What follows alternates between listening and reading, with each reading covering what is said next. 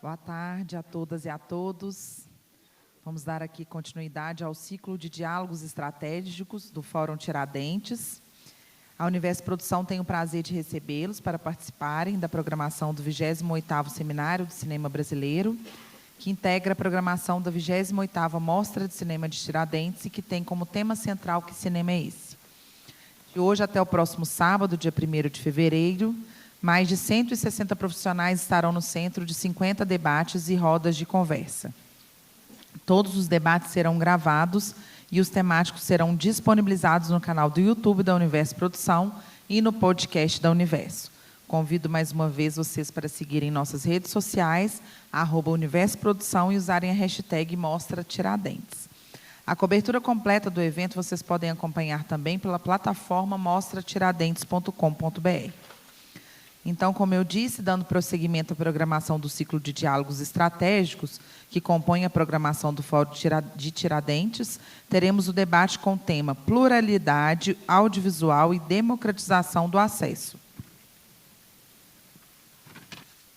O audiovisual desempenha um papel vacilar na dinâmica cultural do país, para além das lógicas tradicionais de mercado. A pluralidade de territórios, expressões, públicos e imaginários apresenta desafios para a política pública, sobretudo num contexto de novas formas de consumo. Como conciliar a complexidade do setor e a necessária participação do audiovisual nas dinâmicas de promoção e fortalecimento da cultura brasileira, dos sentidos de cidadania e da própria democracia no país?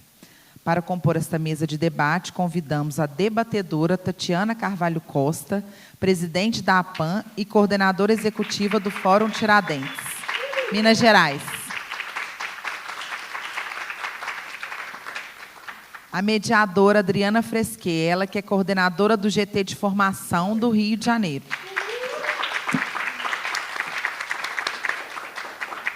Alice Muniz, presidenta da Associação de Profissionais Trans do Audiovisual, APTA, Rio de Janeiro.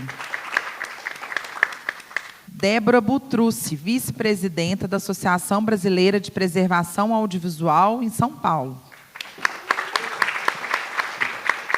E Patrícia Barcelos, diretora de Políticas e Regulação da Educação Profissional e Tecnológica, secretária de Educação Profissional e Tecnológica,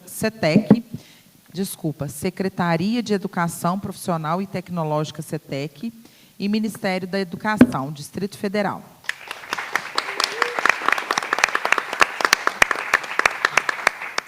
A 28ª Mostra de Cinema de Tiradentes conta com a Lei Federal de Incentivo à Cultura, patrocínio Master Petrobras, patrocínio CBMM, Instituto Cultural Vale, Itaú, Embratur, BBACIT, CSN, Caixa, Engeia, Sebrae, Copasa, Governo de Minas Gerais. Parceria Cultural e Educacional do Sistema FEComércio MG Sesc Senac, SPCine, Instituto Universo Cultural, Casa da Mostra.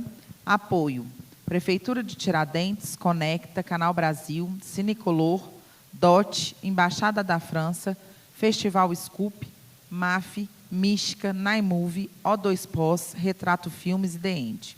Idealização e realização, Universo Produção, Ministério da Cultura, Governo Federal, União e Reconstrução. Informamos que este debate conta com acessibilidade de Libras e será gravado e disponibilizado na plataforma do evento, mostratiradentes.com.br. A produção solicita mais uma vez aos participantes de gentileza não gravar o debate sem prévia autorização e, no momento da participação da plateia, é de extrema importância para assegurar a qualidade da gravação e identificação dos participantes que você se identifique e fale ao microfone, para a transcrição das falas posteriormente. Passo, então, a palavra para a mediadora Adriana Fresquet, para a condução dos trabalhos deste debate. Desejamos a todos um ótimo debate. Até logo. Muito obrigada.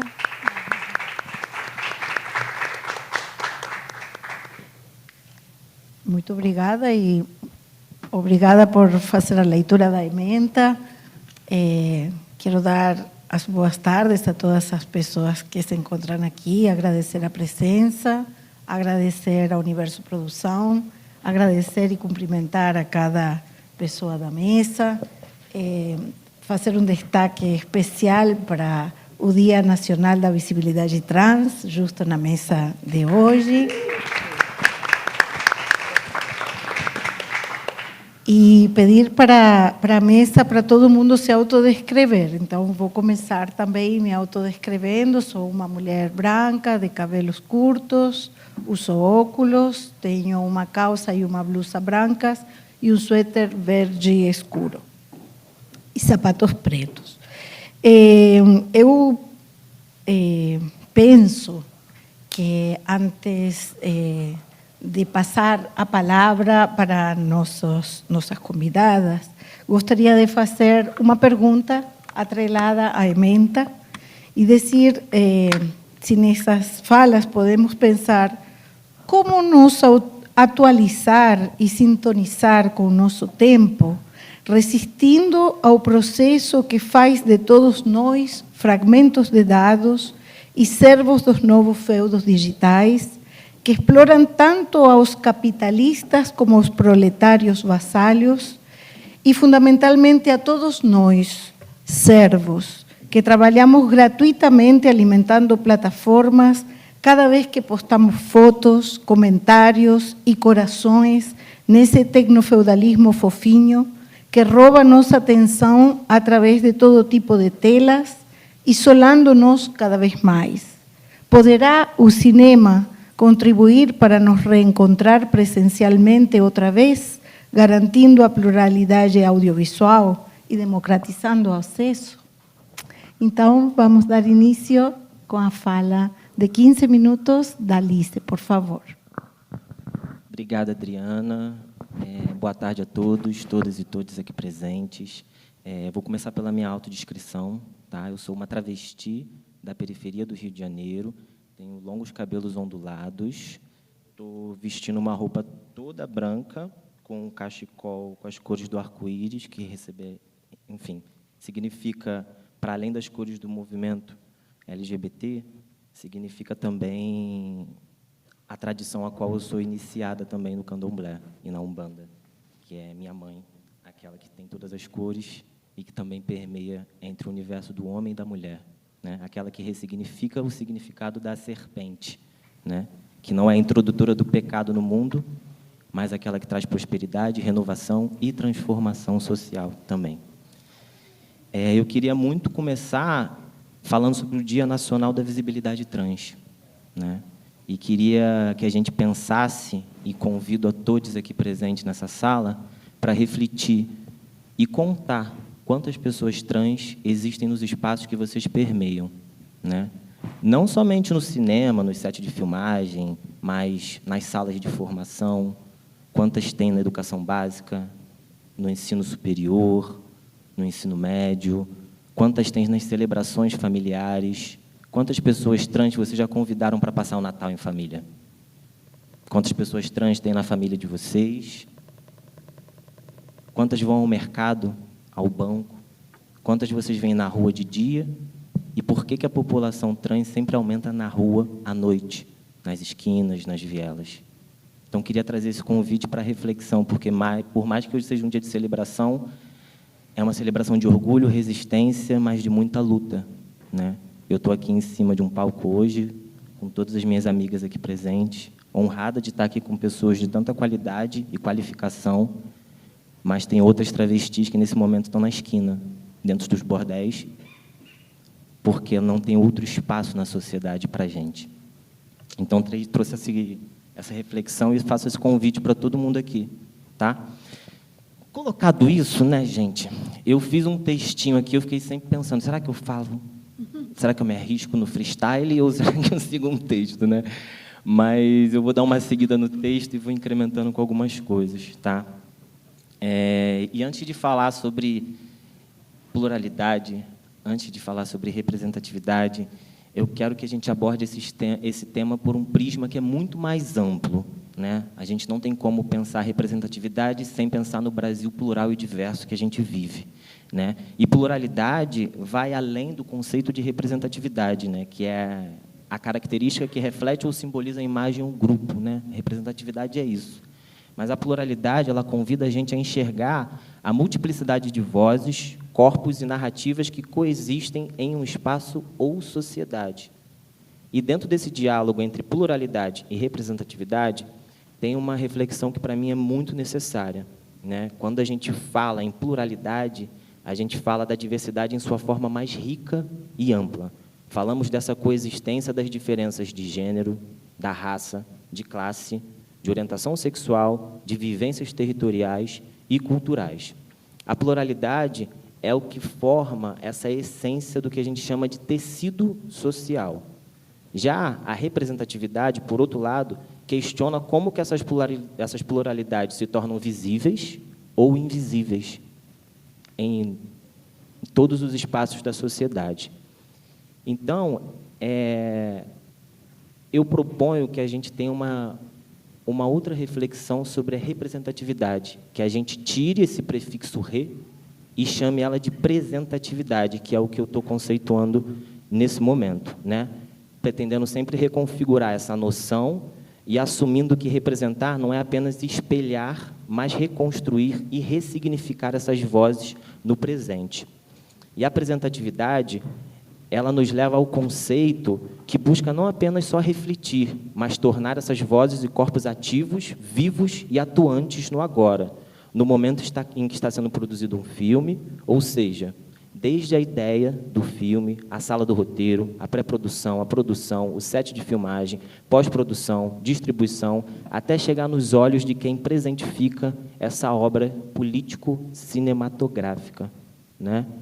E quando a gente pensa nessa representatividade nas redes também, para trazer um pouco a ideia do tecnofeudalismo, as redes sociais elas trazem, sim, uma questão que é muito forte sobre a população trans. A gente aprende muito a partir de parlamentares que surgem, a partir de Érica Hilton, a partir de Dani Balbi, a partir de de Duda Salabert também, que estão na rede social, dominando esse espaço e trazendo a voz para isso. Mas o ataque às pessoas trans e travestis também é muito forte, o ódio é muito disseminado dentro do tecnofeudalismo e dentro dessas próprias plataformas, né? A gente teve uma mudança também nas políticas da Meta, né, que agora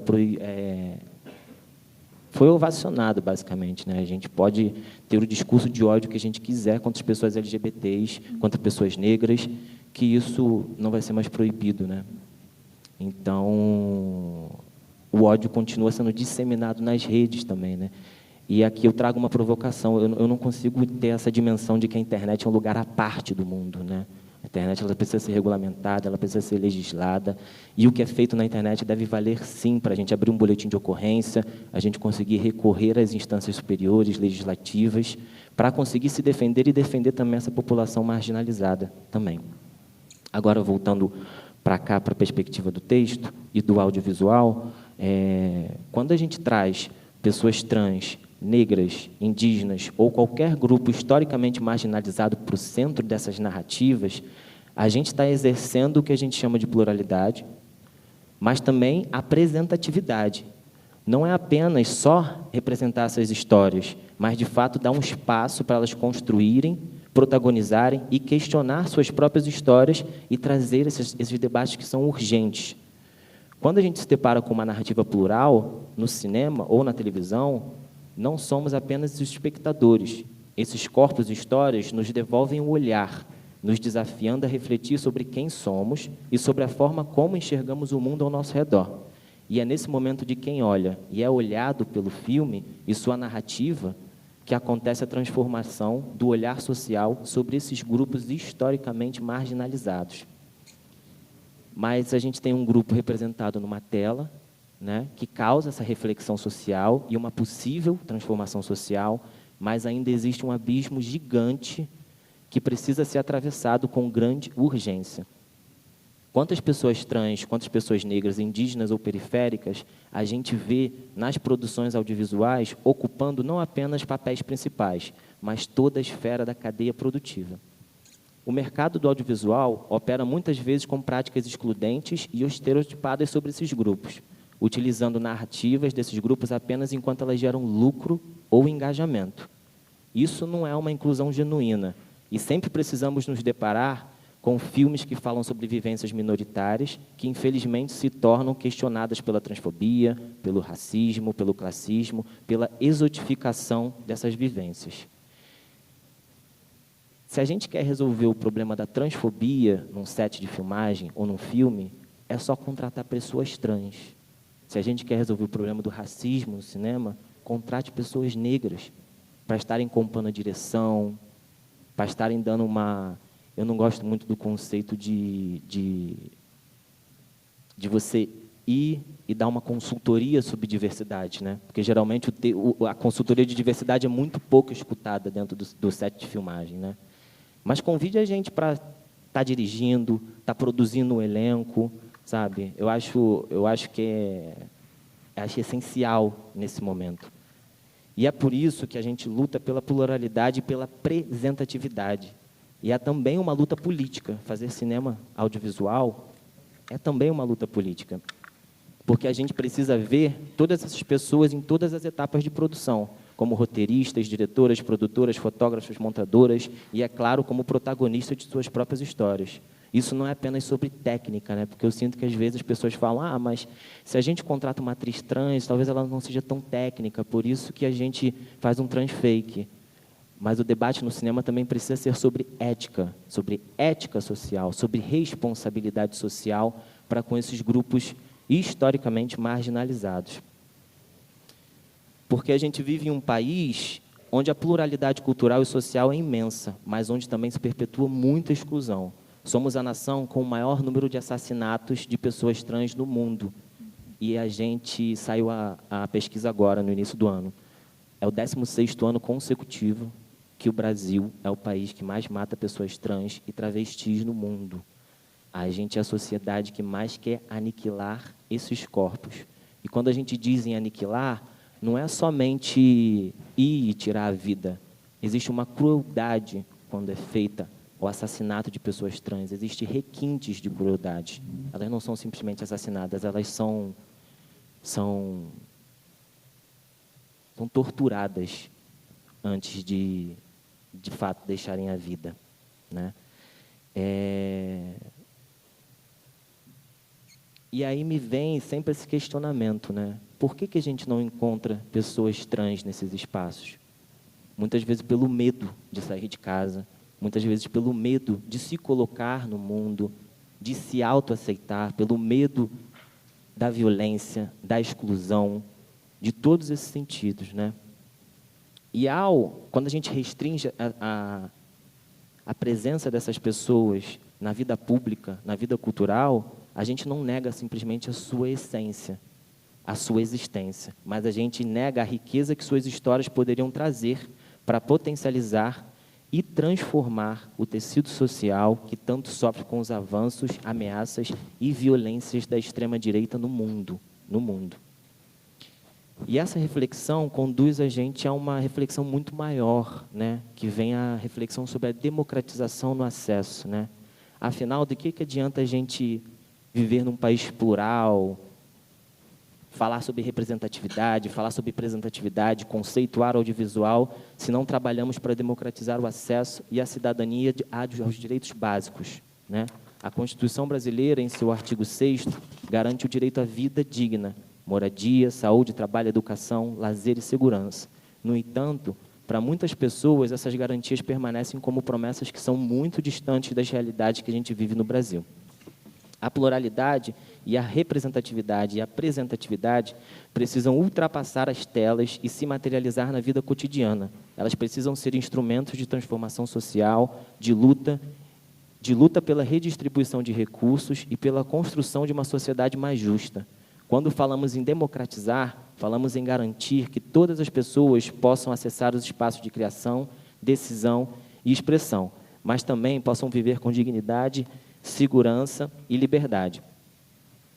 Que a gente possa, o meu desejo, depois dessa mesa, de estar nesse festival, é que, de fato, a gente possa olhar para o audiovisual como um espelho, não apenas de quem somos, mas do que a gente possa ser e de como a gente pode transformar a nossa sociedade a partir da visão potente que é ter uma câmera, ter uma equipe, ter uma coletividade trabalhando com um objetivo único, seguindo em um caminho. Que a pluralidade e a apresentatividade não sejam apenas discursos, mas práticas que avancem para democratizar o acesso à cultura, à voz e à vida. Porque, no final das contas, o que está em jogo não é apenas a inclusão de corpos nas telas, mas a construção de uma sociedade verdadeiramente plural, justa e viva para todos, todas e todos. Obrigado.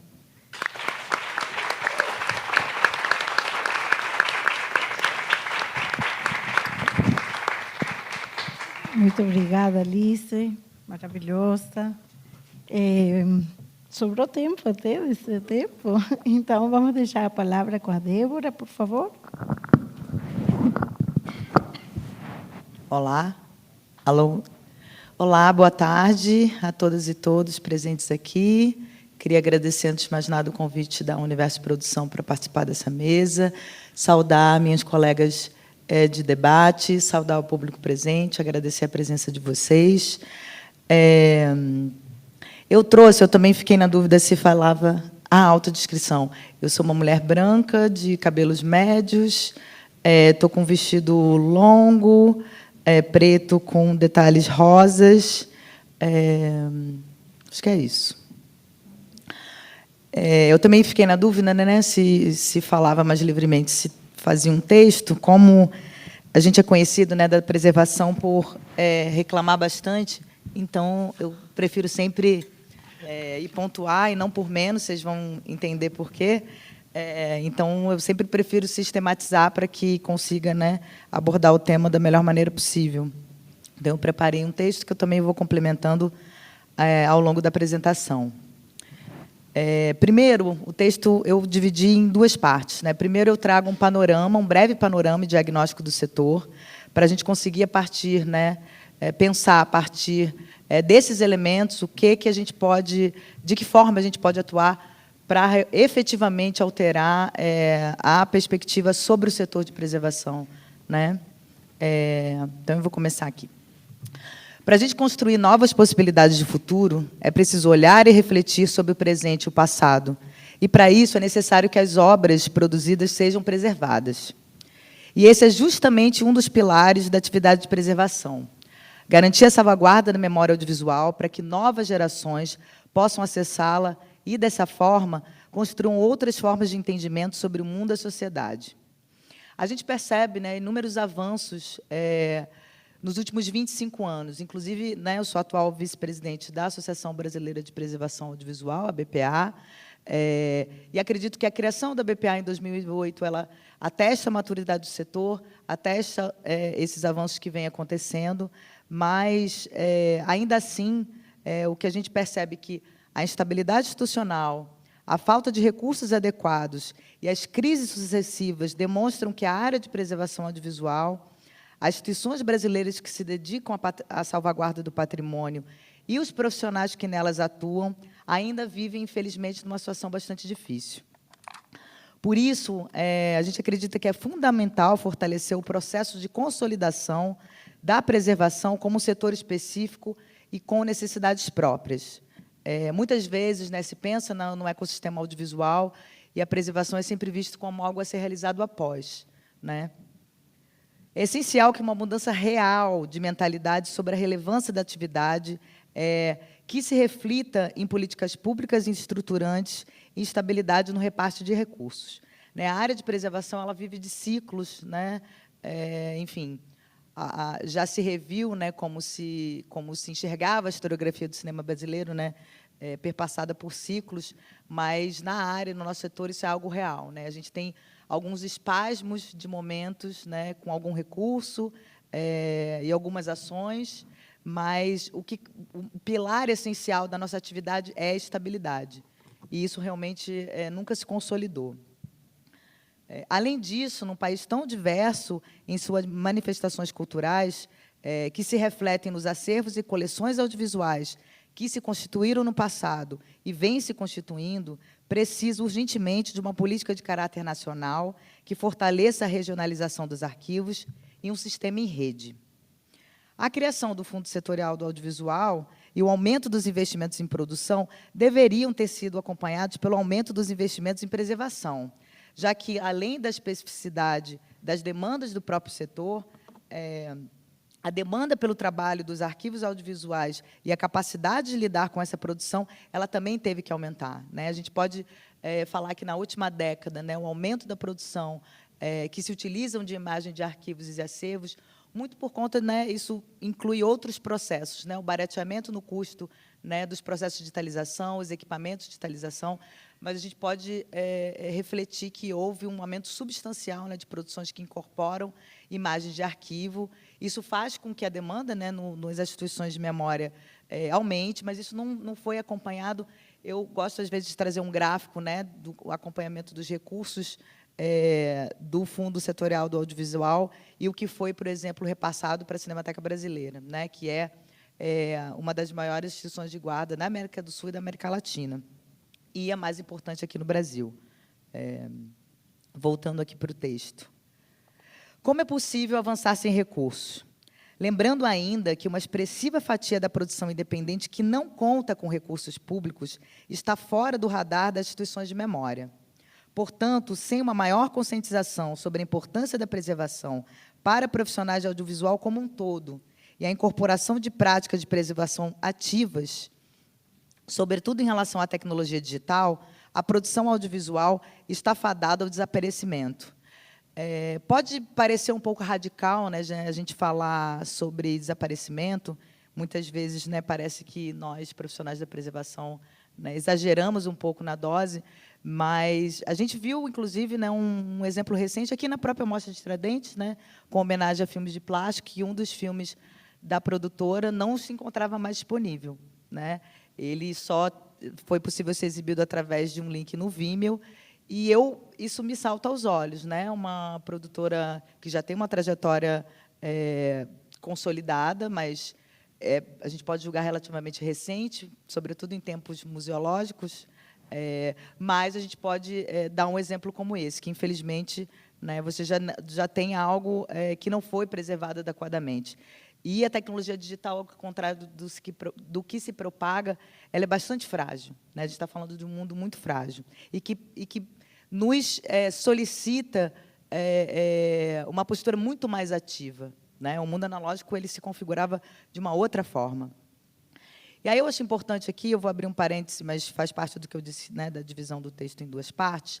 Eu vou trazer esse breve diagnóstico do setor a partir de 10 pontos elencados no Plano Nacional de Preservação Audiovisual, que ele foi escrito em 2016, atualizado em 2023, pelo conjunto dos membros da BPA, que contou com a colaboração de outros setores do audiovisual também. Eu acho que eles concatenam de maneira muito precisa e resumida esse cenário, né, do que seria esse cenário da preservação audiovisual no Brasil. A ausência de políticas públicas voltadas para a área de preservação no Brasil. A formulação dessas políticas precisa considerar também medidas urgentes para a preservação da produção audiovisual digital. Existe a ausência de reconhecimento pelo Estado e pela sociedade do patrimônio audiovisual como integrante do patrimônio histórico e cultural do Brasil e da preservação audiovisual como um elo fundamental da cadeia produtiva do audiovisual. Há uma carência de estabilidade e continuidade nas ações de preservação audiovisual no país. Há carência de recursos, de financiamento estável e de planejamento de longo prazo destinados às entidades de salvaguarda de acervos nos níveis federal, estadual, distrital e municipal. Há disparidade entre os acervos, arquivos e iniciativas independentes dedicados à salvaguarda do patrimônio audiovisual brasileiro, com concentração de recursos e ações no eixo Rio de Janeiro-São Paulo. Necessidade de criação de infraestrutura de preservação digital no Brasil e de enfrentamento dos desafios colocados pela preservação da produção audiovisual contemporânea. Entidades de salvaguarda de acervos audiovisuais com infraestrutura precária, recursos humanos e financeiros insuficientes e instáveis, formação insuficiente e ou desatualizada de parte dos funcionários ativos nas instituições, ao mesmo tempo, a existência de profissionais capacitados fora das entidades. E, além disso, há uma migração muito grande, né, na área audiovisual, na área de preservação audiovisual.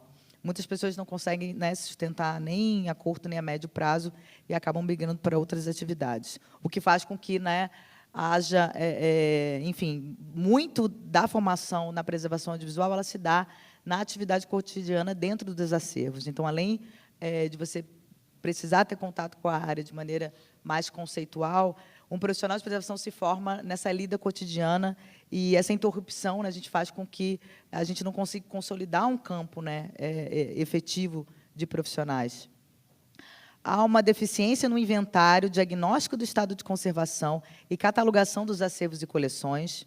Há uma falta de política de acervo na quase totalidade das instituições e também nas iniciativas independentes.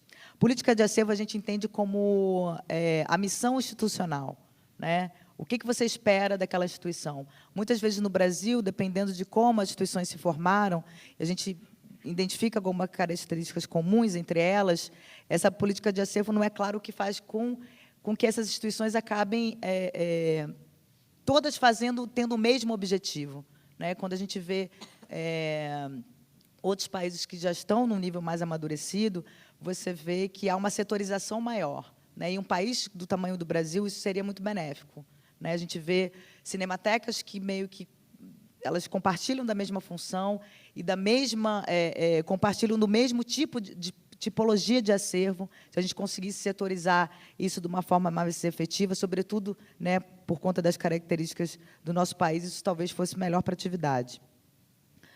Dificuldade de acesso público aos acervos, a falta de articulação entre as entidades públicas e privadas de preservação, bem como entre as unidades federativas, necessidade de regulamentação da atividade da profissão e de legislação adequada e atualizada, a falta de incentivo para pesquisa e publicação. Esses foram esses 10 pontos que eu acho que trazem um panorama, ainda que breve, mas um diagnóstico do setor. Diante desse panorama, pensando aqui, né, na democratização do acesso ao audiovisual brasileiro, quando a gente analisa sob a ótica da preservação, eu acredito que deve envolver um esforço coletivo efetivo para que as políticas públicas voltadas para o audiovisual incorporem a preservação de maneira definitiva. Parece que é algo já dado, né? A gente sempre fala que não, a preservação é um elo integrante do ecossistema audiovisual, mas isso tem que se refletir em políticas e recursos, né? Existe, acredito que um processo em curso, né, em termos de uma mudança de mentalidade, mas essa mudança de mentalidade ela tem que se refletir de maneira mais ampla, né, e que sejam incorporados nas políticas do audiovisual. É porque a gente sempre se vê num não lugar. A gente, muitas vezes, ela não está incorporado na área do audiovisual, né, de maneira tão consolidada, e nem na área de patrimônio, né, porque o audiovisual ele é sempre algo à parte, a gente tem muitas especificidades, então é muito difícil, muitas vezes, a gente dialogar com a área de patrimônio de maneira mais efetiva também. O Brasil é um país que tem uma cultura do esquecimento e do apagamento. A gente sabe, por exemplo, quem, ao longo da história, teve direito a criar suas próprias memórias. Diversos grupos sociais não puderam fazer isso. Quando eu estava fazendo uma mostra, né, a curadoria de uma mostra dedicada aos filmes domésticos, eu procurei muito por acervo de famílias negras brasileiras que tivessem sido realizados em bitolas menores, né, como 8mm, Super 8, 16mm, porque o escopo da curadoria era esse. E não encontrei. Porque essas pessoas elas não tinham acesso às câmeras nesse período. E, portanto, elas não podiam registrar suas memórias nesse suporte. Eu tive que buscar em outros países, e nos Estados Unidos, por exemplo, existem diversos acervos de coleções de filmes domésticos e amadores da comunidade negra, visto que lá mais de 60% dos afro-americanos são de classe média. Eu acho que esse dado é um dado relevante para a gente pensar, que o desenvolvimento econômico ele tem ligação direta com a ativação da criação de memórias, sejam pessoais ou comunitárias. Preservar, portanto, também é um ato político. E a conscientização acerca da importância dessa ação é crucial, pois a memória ela é palco de disputas e ferramenta de luta e resistência. Eu queria trazer também dois exemplos recentes que eu acho bastante emblemáticos do que vem acontecendo e que demonstra a potencialidade dos filmes de patrimônio, enfim, das obras feitas no passado. Foi relançado no ano de 2024 a versão restaurada do filme A Hora da Estrela, da Suzana Amaral, de 1985, através do projeto Sessão Vitrine. E o público, né, teve foi um sucesso de público, né, foi a segunda bilheteria da Vitrine Filmes no ano de 2024, fez mais de 20 mil espectadores, é um número bem maior do que alguns títulos brasileiros que circularam, infelizmente, mas eu acho um dado também importante para trazer para a discussão, porque isso mostra a força de que um filme de patrimônio pode ter, um filme realizado 40 anos atrás, e que você via, sobretudo, muitas pessoas jovens, né, nas sessões de pré-estreia, debatendo. Então, acho isso um dado importante. Uma outra coisa que também acho relevante trazer é a maior presença dos filmes brasileiros de patrimônio em festivais internacionais.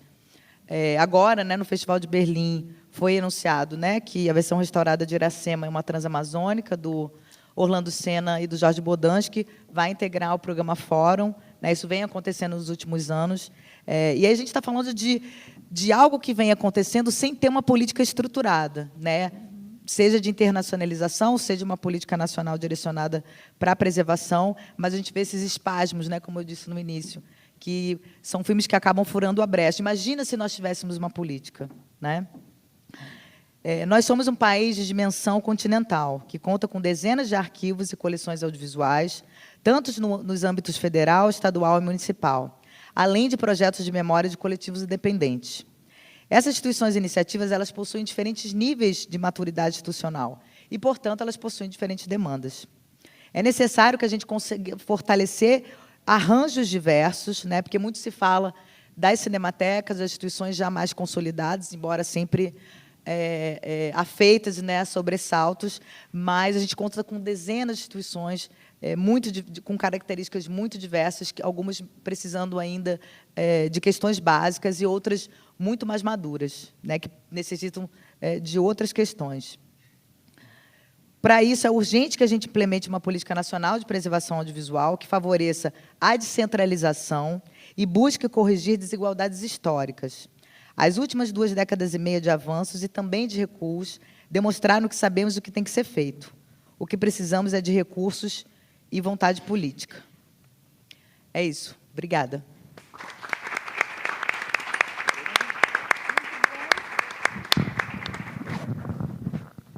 Muito obrigada. Muito importante pensar, né, nessa paralisia da memória, na discriminação e violência, na apatia narcísica e na produção local de tecnologias, pesquisas aplicadas, enfim, que agora Patrícia vai nos apresentar. Obrigada. Boa tarde, gente. Boa tarde.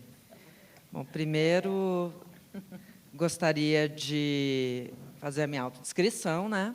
Sou Patrícia Barcelos, sou uma mulher branca, alta, tenho 1,76 m, tenho cabelos e olhos castanhos, estou vestindo um vestido preto com borboletas brancas e um sapato preto.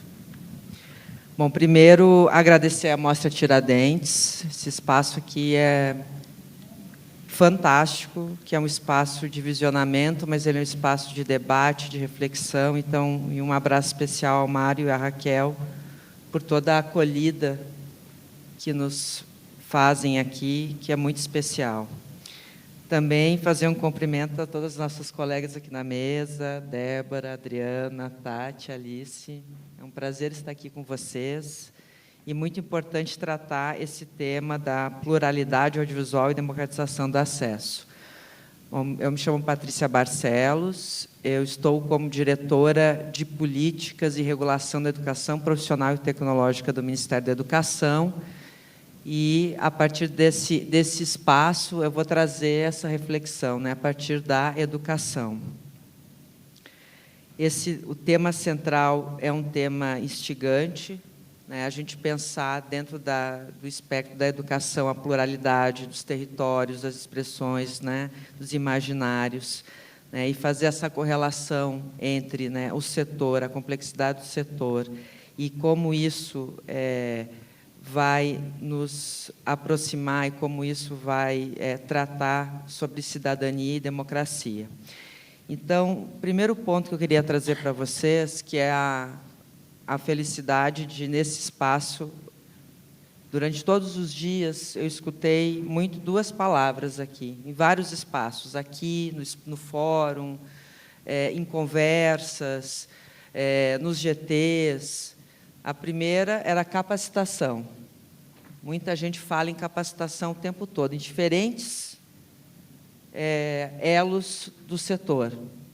Aqui, hoje, nessa mesa, já falamos sobre isso, sobre formação, que é a segunda palavra. Então, a gente tem esse processo de escuta o tempo todo aqui, e isso é muito positivo, porque é muito importante que se entenda a importância. Mas eu queria trazer para a nossa reflexão uma palavra que eu acho que ela pode trazer a centralidade das nossas reflexões, que é a educação. Porque a educação, ela traz uma série de elementos que vai trazer a capacitação, vai trazer a formação e muito mais. Nessa perspectiva, a gente vai pensar, então, o ensino. A importância que é ter a formação para todos e todas, a importância que é fazer a formação inicial dos trabalhadores do audiovisual, em todas as regiões do país, em todos os estados, a formação continuada dos gestores, porque o processo de educação, ele é um processo que acontece ao longo da vida, do nascimento à trajetória. Estamos sempre aprendendo, nos transformando com isso. Um segundo aspecto que eu acho que é importante, que quando a gente traz o escopo da educação, é trazer a pesquisa. E aí, escutando a tua fala, Débora, o quanto a pesquisa é importante e o quanto ela vai transitar em todas as etapas. A pesquisa é fundamental para a preservação, a pesquisa é fundamental para uma produtora que vai fazer o seu plano de negócios. A pesquisa é fundamental para o roteirista, a pesquisa é fundamental para todos, para a análise dos dados, para a construção de bons dados, para pensar a política pública. Como que a gente vai pensar a política pública sem bons dados, sem estar estruturada em bons programas de pesquisa? Também temos a extensão. Nós temos aqui um cinema na praça, que tem a raiz extensionista. A extensão caminha para uma assessoria técnica de pequenas produtoras. A extensão nos faz diálogo com grandes encontros, com encontros de negócios, com encontros formativos. E também a inovação. Ontem aqui se falava em inteligência artificial. E existe um plano brasileiro de inteligência artificial, que tem investimento de 23 bilhões do governo brasileiro. E o quanto precisamos aproximar do diálogo com o setor do cinema, do audiovisual, e em vários outros aspectos da inovação, também na preservação, também na produção, também na exibição, em todo o elo. Então, trazer a centralidade à educação é compreender que a educação não está ali ao lado do setor do cinema e do audiovisual. Ela faz parte. Precisamos estar unidos com o processo da educação.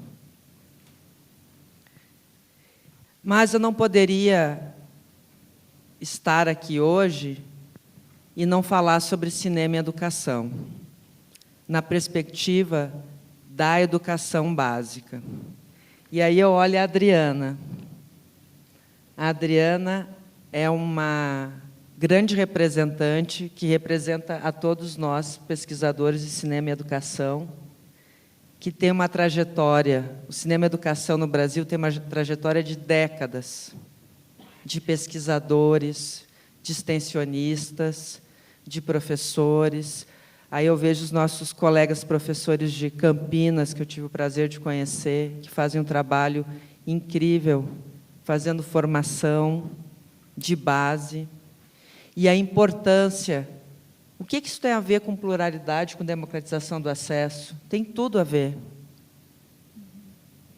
Quando a gente está falando, gente, em educação básica, nós estamos falando, segundo o censo, e olha a importância dos dados da educação básica de 2023, de mais de 47 milhões de pessoas. Nós estamos falando de acesso, de produção independente brasileira a mais de 47 milhões de pessoas. E nós falamos muito nesses espaços do visionamento. Nós estamos falando de mais de 178 mil escolas, no Brasil todo, em todos os municípios, do menor ao maior. Nesses espaços que aí, trazendo, Adriana, a sua reflexão, que é o espaço da crítica, que é o espaço do debate, que é o espaço da formação e que também é a oportunidade do espaço do acesso. E como que nós, do setor, pensamos a produção para estas infâncias, para as diferentes infâncias, porque não é uma, para as diferentes juventudes dos nossos diferentes territórios. Como que nós pensamos também essa produção? E aí eu lembro da Luísa Lins, que organiza a Mostra de Cinema Infantil em Florianópolis há muitos anos também, e que trabalha muito sobre isso. E aí, então, são dois elos. Tem um elo aqui, que é muito importante, que é a política pública. Existe uma lei que foi aprovada, que muitos de vocês aqui conhecem, que é a Lei 13.006. Muita gente já ouviu falar. O que é a 13.006? Ela é uma alteração da Lei de Diretrizes e Bases, que é a lei que organiza todo o sistema de ensino no Brasil, federal, estadual, municipal. E o que essa lei diz? Que em todas as escolas, 178 mil, mais, é dessa dimensão que a gente trata aqui, é necessário que haja 2 horas mensais de cinema na escola, de produção brasileira. E essa lei nunca foi regulamentada, e agora será. Existe um trabalho, e aí saudar o trabalho, tanto da SAV, da Secretaria do Audiovisual, da secretária Joelma e da sua equipe, como também da Secretaria da Educação Básica, da secretária Cátia, que é quem lidera esse processo no Ministério da Educação. Eu sou da Secretaria de Educação Profissional e Tecnológica e acompanho. E esse trabalho que eles fazem hoje, pensando a política pública, em como viabilizar, regulamentar e viabilizar a política pública, não existe por acaso. Existe um trabalho da sociedade civil, das universidades, de institutos federais, de redes organizadas, da Rede Quino, e aqui, mais uma vez, vou citar a Adriana, e em seu nome todos os pesquisadores, que tem vários aqui representados, tem a Cíntia, tem muita gente aqui que trabalha com democratização do acesso, com cinema e educação, que tem uma construção sobre como construir a política pública, como viabilizar a política pública, e isso perpassa fazer a formação dos profissionais da escola, que não são só os professores. A escola tem trabalhadores da educação, são os docentes e são os técnicos,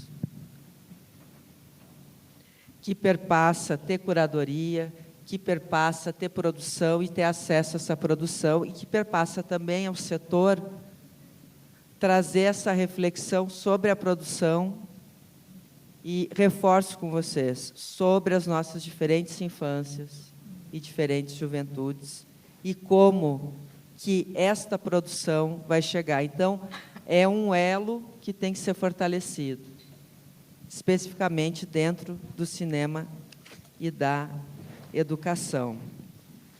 Existem muitos projetos que já foram elaborados nesse sentido. Vou citar um deles, que é o da Universidade Federal Fluminense, da UF, Inventar com a Diferença, que tenho 3 minutos, rapidinho, que pude acompanhar e trabalhar conjuntamente no período em que passei pelo Ministério de Direitos Humanos, que é pensar uma mostra de cinema e direitos humanos que vai trabalhar democracia, cidadania, que vai trabalhar por todos os temas afetos aos direitos humanos e, ao mesmo tempo, fazer uma formação e, ao mesmo tempo, construir dispositivos para que esses estudantes possam construir as suas narrativas e imaginários. Nós estamos vivendo um momento em que nós precisamos também trabalhar com o processo formativo de construção de imaginários e de preservação da nossa cultura e da nossa memória. Por isso, não é um assunto, e digo isso para vocês, a importância, não é um assunto menor pensar cinema na escola, é um assunto urgente, é uma pauta fundamental. É uma pauta fundamental entrar nesses espaços para discutir, para construir crítica, porque todos esses 47 milhões de estudantes estão acessando o audiovisual. E é importante que eles possam acessar aquilo que nós construímos enquanto produção brasileira independente e que eles também tenham a oportunidade de construir os seus imaginários, de entender eticamente o que é essa ferramenta, de trabalhar, de trocar, né? Entendendo que educação tem que ser a nossa centralidade, de ensino, de pesquisa, de extensão, de inovação em todos os segmentos, no sistema federal, estadual, municipal de ensino, e que a educação, que todos nós tenhamos também como setor um compromisso com a formação da nossa infância e da nossa juventude. Muito obrigada por esse espaço, muito obrigada por esse período de diálogo aqui em Tiradentes, e viva a Mostra de Tiradentes, que a gente possa ter mais espaços para discutir pluralidade, diversidade e democracia nesse país. Muito obrigada.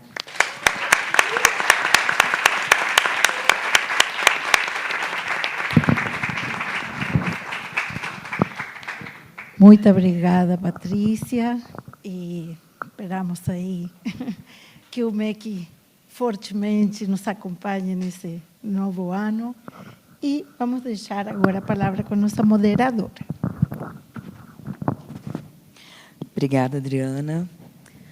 Já peço desculpas, porque minha voz vai vacilar um pouco.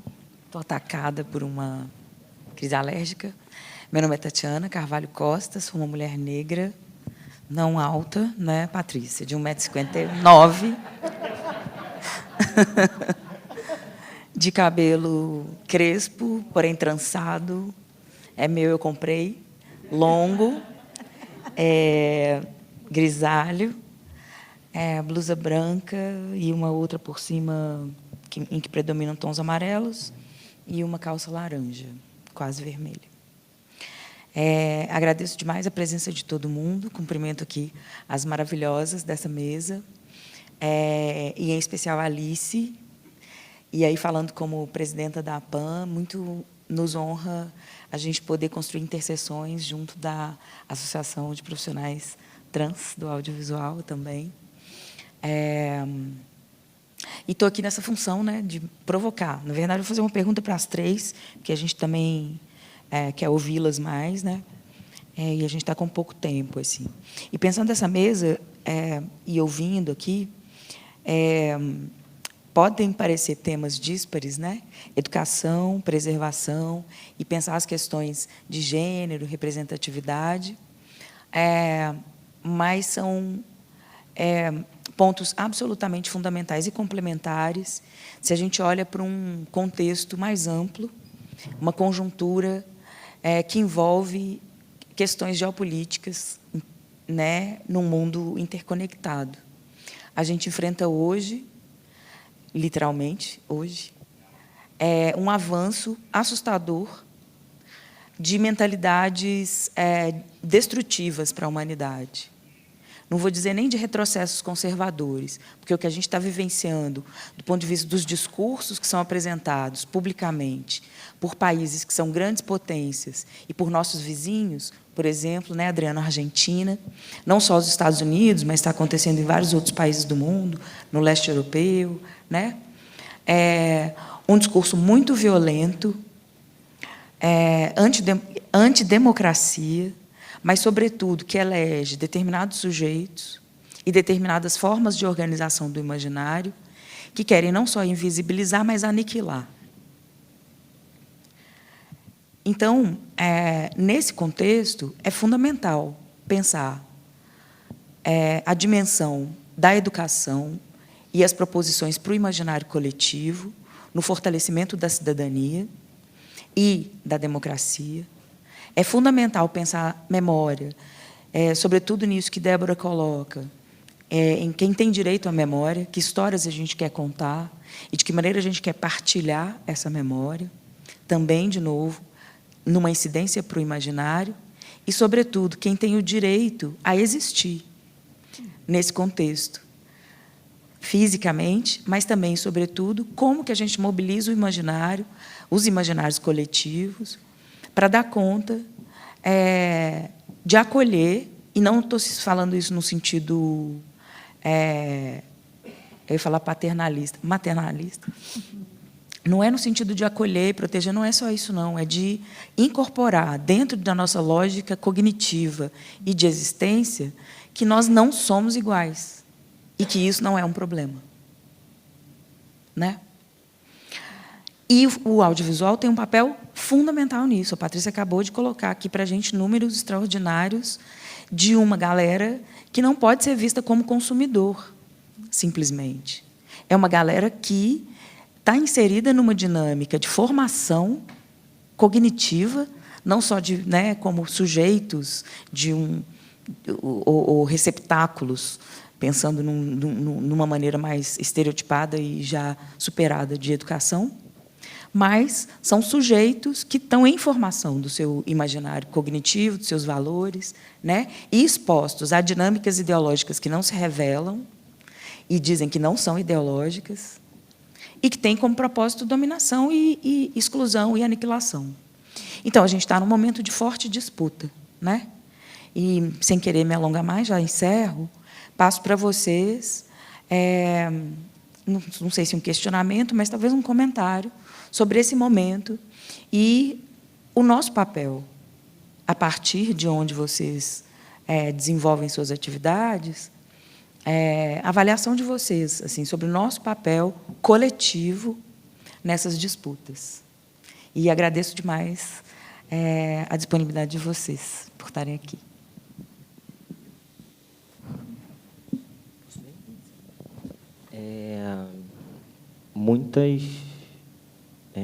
Muitas reflexões a partir desse debate, né?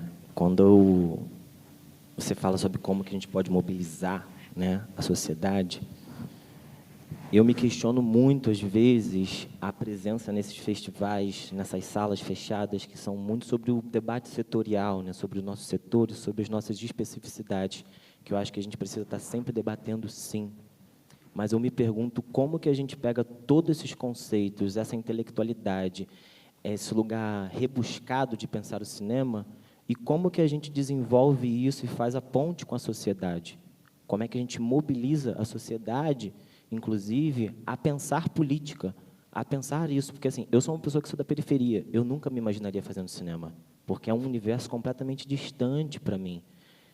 E isso foi muito possível a partir da própria educação que eu tive, né? Eu comecei a fazer arte na escola, né? Comecei a fazer teatro na escola, e ali para mim foi um lugar que me abriu para um horizonte completo de experiência sensorial, de pensar a sociedade, de pensar arte, né, de sair daquela caixinha da escola tradicional que você senta na frente de uma cadeira e dali você só presta atenção no professor, o professor passa no banheiro, o professor passa não sei o quê, professor, tudo você precisa ter um aval de alguém que é superior a você nesse sentido, né?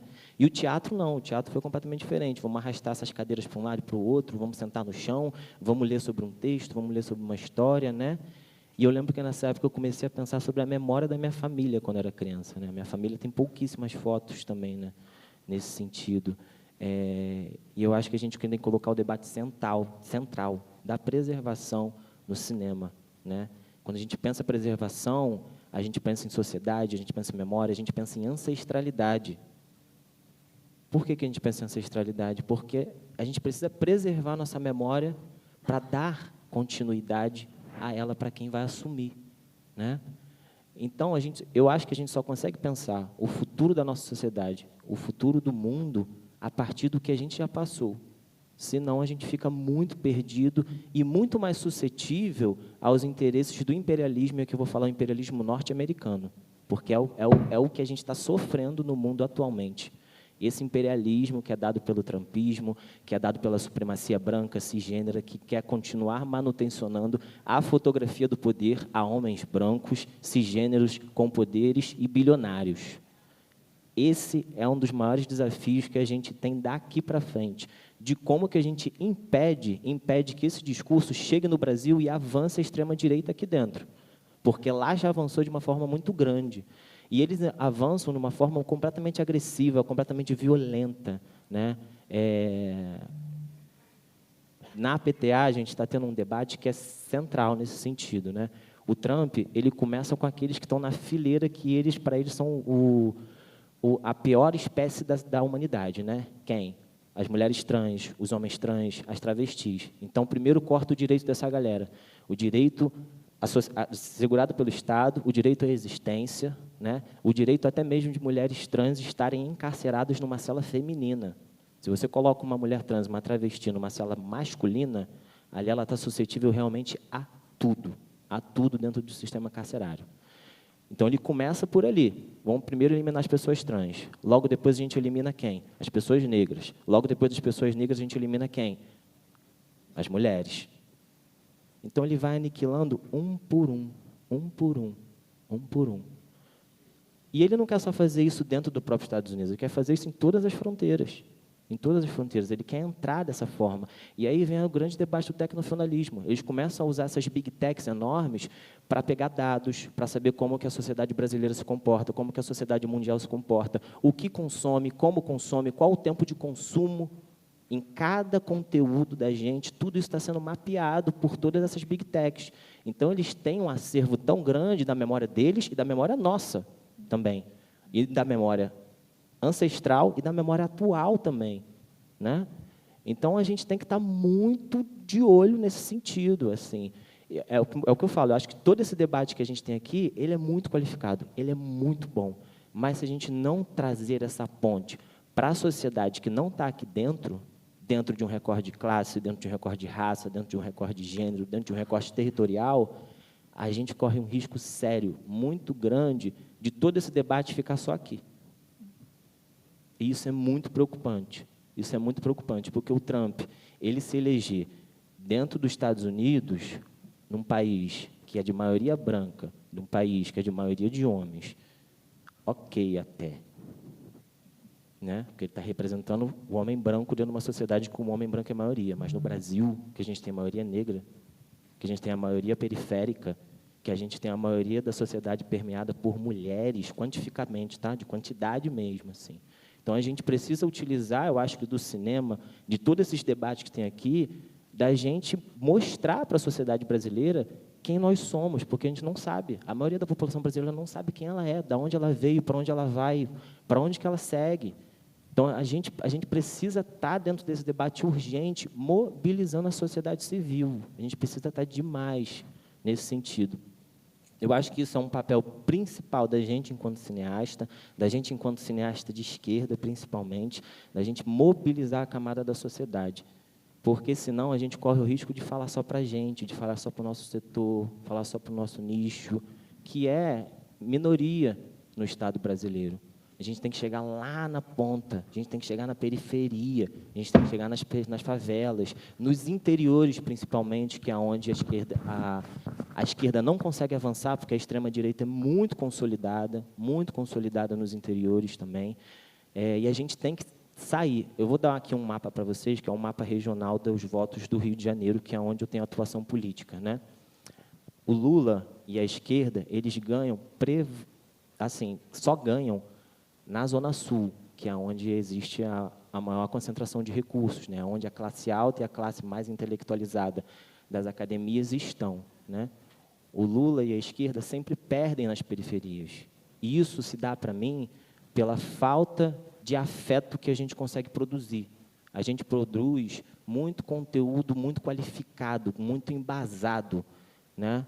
Quando a gente quer dar uma resposta para a sociedade civil, a gente cria termos, cria dados, isso tudo é muito importante para um diálogo institucional, de fato.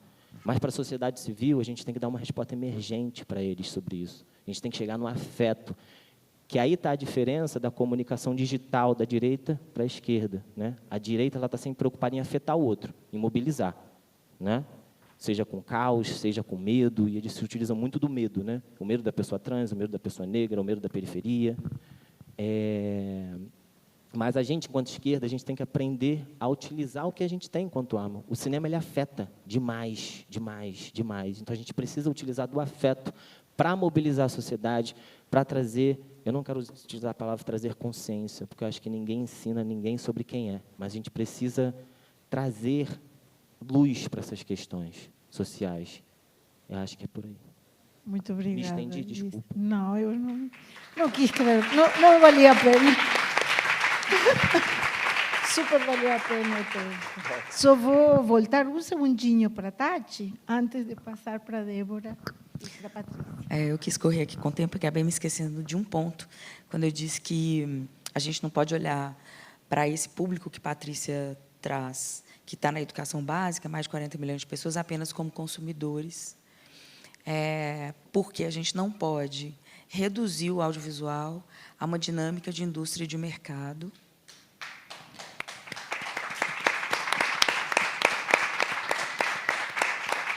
Ainda que seja importante, e enquanto a gente não acaba com esse sistema capitalista, é nele que a gente está. Então, é preciso olhar para a dimensão de mercado e de indústria, mas não é possível pensar o audiovisual apenas nesse lugar, com a prevalência desse pragmatismo dos números, dos dados e, sobretudo, do lucro, sob o risco da gente colocar o nosso futuro e a nossa própria existência em jogo, né? Então, é um pouco isso também, ainda que a gente tenha que lidar, e aí eu não estou aqui lamentando o fato de a gente ter que lidar, só estou dizendo que a gente precisa organizar melhor estrategicamente para gingar, né? Pegando aí uma sabedoria de existência. Hierarquias e prioridades, né? Então, vamos, Debbie. Pensando aqui no que Tati colocou, eu acredito, né, principalmente nesse cenário que a gente vive atualmente, né, acho que nunca se produziu tanto audiovisual no contexto, né, de história do mundo como a gente produz atualmente. E a gente está assolada, né, cotidianamente, a gente tem pouco espaço para reflexão. Eu acredito que a atividade de preservação ela é basilar nesse sentido, porque você tem que entender as coisas que aconteceram antes, para a gente conseguir entender de maneira mais complexa o momento que a gente se encontra, né? Dando um exemplo aqui, a partir do filme Hype do momento, Ainda Estou Aqui, porque, por exemplo, faz-se pensar estratégias interessantes que podiam ser pensadas para a preservação. Lembrando uma colocação que Marcos Mello fez na rede social, falando que podia se aproveitar, né, dessa visibilidade enorme que Fernanda Torres está tendo, né, a partir do filme e a atuação dela, para se pensar e se reativar outros filmes brasileiros que contam com sua participação, né, se a preservação fosse algo levado a sério nesse país. Né? A Fernanda Torres ela atua há muito tempo, né? Ela é o nome do cinema brasileiro, nada começou hoje, né? Ninguém inventa a roda. Seria, acredito, muito importante a gente aproveitar esse momento para apresentar outras cinematografias, né, diferentes ou com diferentes similaridades ao filme do Walter Salles que está sendo apresentado, para a gente entender que o cinema brasileiro não começou hoje, né, e nem um cinema brasileiro que apresente questões da ditadura. E eu acredito que outro ponto que eu acho importante ressaltar é a questão de criação de repertório para o cinema e o audiovisual brasileiro. né? Quando a gente apresenta filmes de patrimônio, né, a gente apresenta ao público em geral que, olha, não começou agora. Mas, para a gente conseguir apresentar essas obras da maneira adequada, porque é muito ruim sempre, né, cinema brasileiro do passado encarado como algo precário, né, mal feito. Os filmes não nascem deteriorados, né? Eles deterioram ao longo do tempo por ações, né, por negligência, ou, enfim, por intempérie, por sinistro, por tragédias, mas os filmes nascem em bom estado, né? Me irrita particularmente quando você vai apresentar filmes do passado, sempre com arranhões e pontos de sujeira, como se tudo do passado... É claro que é um imaginário simbólico, né? Você bota uma marca que já remete ao passado, mas eu acho que a gente também precisa desconstruir essa ideia em relação às atividades de preservação, né? E, retomando pontualmente o que eu falei da maior circulação, né, de filme brasileiro, tanto em festivais internacionais e aqui no Brasil, entrando em cartaz, né, em salas de cinema, eu acho super importante isso, porque você atinge um outro tipo de público, né? Retomando o que eu disse brevemente na fala, né, em questão à Hora da Estrela, eu fiquei muito impressionada sobre como o público jovem aderiu, né, ao filme. E a gente pode entender isso a partir de um fenômeno que é a presença da Clarice Lispector nas redes, né? Ela tá bombando nas redes, né? Frases, enfim, a figura dela super melancólica, enigmática. É um filme que a gente pode se considerar, né, um filme triste, é um clássico do cinema brasileiro, mas que tipo de clássico é esse, né? Então, eu acho importante a gente ativar esse outro tipo de circuito, utilizando as ferramentas existentes, mas também outro tipo de ferramenta, né? Impressionante quando a gente pensa nas escolas e como isso podia atingir, e mostrando versões belíssimas, bem feitas, restauradas, feitas no Brasil, por profissionais brasileiros. A gente tem plena condição de fazer isso, né? A atividade de preservação audiovisual no Brasil também não começou ontem, né? A gente tem instituições aí com décadas de existência, várias instituições no Brasil foram fundadas quase ao mesmo tempo que outras instituições, né, com uma trajetória longeva no mundo. Então, a gente não deixa nada a dever. A gente sempre não, mas muitas vezes é colocado num lugar de menor experiência, né, menos recursos com certeza, mas mesmo com poucos recursos a gente consegue fazer, enfim, fazer trabalhos com muita repercussão, tanto dentro do Brasil quanto fora. Então, eu acredito, para fechar, que a preservação, nesse sentido, da gente poder construir novos imaginários, né? Que imaginários a gente está construindo a partir do que já foi feito. O cinema brasileiro é um grande desconhecido, né? A história do cinema brasileiro é uma grande desconhecida da maior parte do público brasileiro. Então, eu acredito que a preservação é uma ferramenta fundamental, né, para a gente pensar e repensar, né, analisar, reconstruir, discutir um passado, mas também para poder olhar para novos futuros possíveis. Muito obrigada, Débora.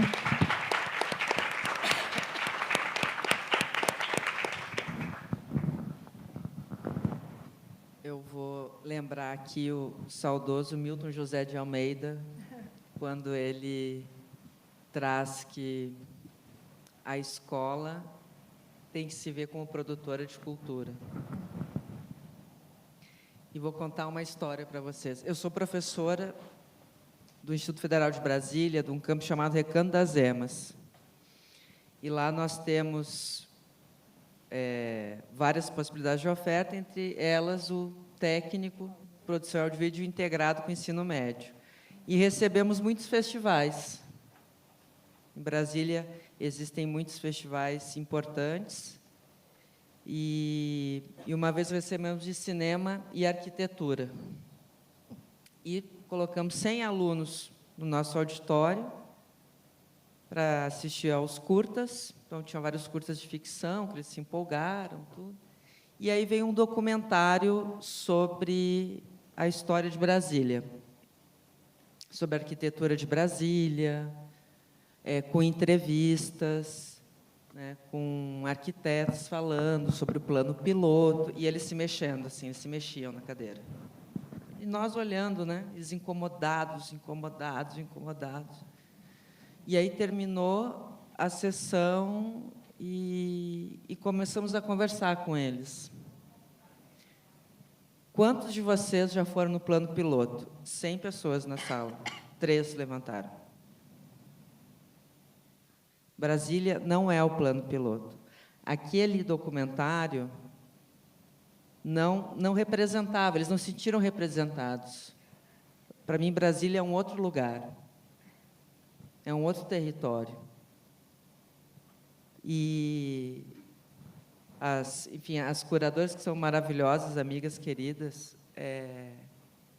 ficaram incomodadas e disseram, não, gente, isso é maravilhoso. Porque isso, gente, é o que a gente tem que fazer. Eles são estudantes de audiovisual, não é o seu território. Qual é o seu território? E vamos construir, e vamos discutir. Então, isso é uma história, assim, tem várias histórias, porque nós levamos eles aos festivais. Né? Então, eles vão para o Cine Brasília, eles vão para os festivais vão para o nosso campus.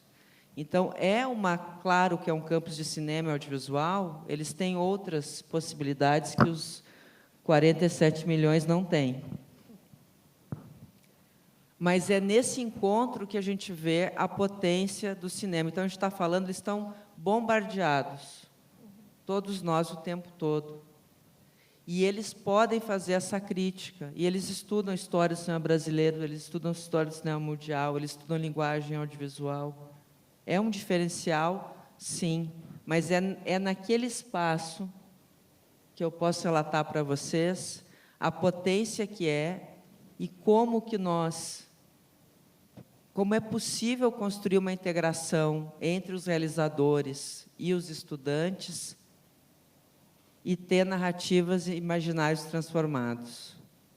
Então, ressaltar mais uma vez a importância da gente olhar para a educação como, de fato, um espaço de transformação e, como a Tati bem falou, não um espaço de consumidores, mas de pessoas que estão lá aprendendo, se desenvolvendo, que precisam ter contato, ter acesso à cultura. Eu comecei a dar aula em 1998. E, desde então, sempre trabalhei em escolas de periferia e nenhuma vez os meus estudantes tinham acesso ao centro de cultura, os espaços de cultura das cidades. Então, como que a gente quer uma transformação? Como que a gente quer discutir se a gente também não participa? Então, esse é um convite à participação, esse é um convite a estar também nesses espaços e pensar que esses 47 milhões de estudantes da educação básica, eles não são o nosso futuro, eles são o nosso presente. E, de alguma forma, também, enquanto produtores de cultura, nós precisamos estar presentes com eles. Bom, muito bom. Obrigada.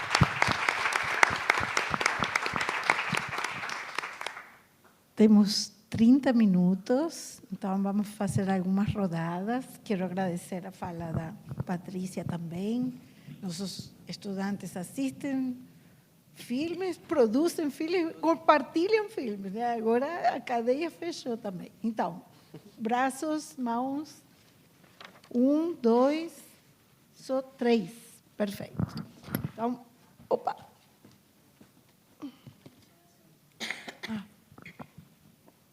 Se apresenta rapidinho. Desculpa, gente, eu estou muito ansioso, porque faz 12 anos que eu quero vir no Festival de Tiradentes. Eu estou há 12 anos pensando em trazer algumas dessas questões. Eu sou Rafael Romão, eu sou licenciado em Cinema e Audiovisual, eu sou da 2ª turma da primeira licenciatura em Cinema e Audiovisual do mundo, que é a da UF, e eu sou da 1ª turma de graduados. Então, em 2017, eu me formei licenciado, me formei professor. Desde 2013, eu participo de projetos, estágio, enfim, venho trabalhando na educação audiovisual desde 2013, né? E é um projeto que, enfim, não, calma, eu preparei aqui um pouco a fala.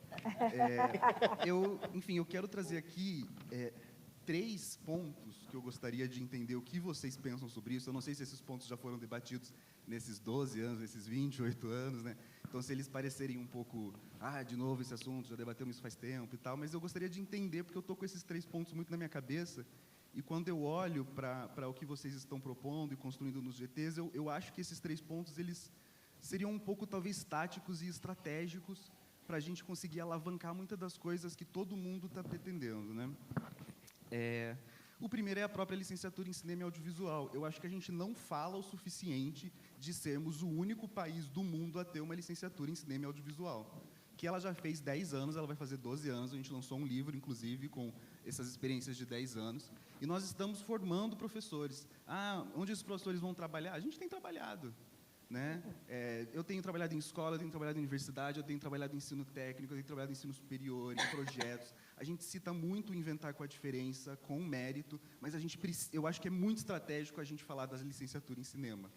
Eu acho que se a gente tiver as licenciaturas em cinemas no Brasil, a gente consegue levar o cinema para o ensino básico, a gente consegue alavancar políticas municipais, porque essas pessoas vão estar lá perturbando, eu quero emprego, coloca a licenciatura em cinema no edital, cria disciplina. Quando abre um Enem com ensino técnico, tem lá um licenciado em cinema. Né? A gente tem os bacharelados, às vezes os bacharelados têm notas de alta super alta, né? Ou seja, tem demanda. Em muitos lugares, esses bacharelados não têm absorção no mercado de trabalho, porque não é regionalizado. Então, muitas dessas pessoas vão para a educação. Muitos dos bacharéis vão para a educação sem a formação adequada. Então, acho que a gente pensar e colocar que é muito importante a gente ter licenciaturas onde a gente tem bacharelados, eu acho que é fundamental para a gente alavancar, e nós somos o único país que está à frente nisso. Eu não sei outro país que tem uma licenciatura em cinema. A gente vai ter a segunda agora na UERJ, em Duque de Caxias. E eu acho que a gente podia aproveitar mais isso, da licenciatura. A segunda coisa é eu pensar o ensino técnico. Agora, eu acabei de entrar na Fijan Senai, lá no Rio de Janeiro. Eu entrei como técnico educacional no Centro de Referência Audiovisual, uma escola de cinema que tem em Laranjeiras. E eu estou me defrontando com quem tem feito a educação audiovisual no Brasil, porque a educação audiovisual existe no Brasil através dos ensinos técnicos. A gente tem cursos técnicos de audiovisual, municipais, estaduais, federais, do ensino privado do S. Quem pensa essas formações? Quem tem pensado o ensino técnico? E quem pensa o ensino técnico, pensa um técnico muito deturpado. Eu cheguei agora lá no Senai, eu estou vendo o currículo, eu ofereço uma qualificação chamada operação de câmera. E aí eu fui ver a metodologia de como eles elaboram o currículo. Eles têm uma metodologia que eles usam a partir do ensino profissional industrial. A metodologia é reunir, tipo assim, uma pessoa da Globo, uma pessoa do ensino profissional, uma pessoa de não sei aonde, ninguém da pedagogia, ninguém da educação audiovisual, ninguém da Rede Quino, ninguém da licenciatura, do mestrado em educação, em cinema e tal. E aí eles fazem o seguinte, eles mapeiam as atividades. Então, um operador de câmera, o que ele faz? Ele seleciona equipamentos, ele monta equipamentos, ele aperta para gravar e ele grava. E aí eles montam o currículo em cima disso. O curso é dividido em montar o equipamento, apertar o botão para gravar e filmar. Não tem nem como você dar um curso com isso. Então, é um pensamento industrial do técnico que não é o que é o técnico hoje. Né? Tem, por exemplo, o livro da Maíra Norton, que pensa o técnico a partir do Walter. A gente precisa entrar mais no técnico, eu acho. Eu acho que a gente precisa politizar o técnico, porque quando a gente está falando em formação aqui na Mostra Tiradentes, não estamos falando da mesma educação. Tem muita gente aqui do mercado na Mostra Tiradentes, quando está falando de formação e formar profissionais, está falando de um técnico banal que não é o mesmo que a gente está pensando em termos de formação.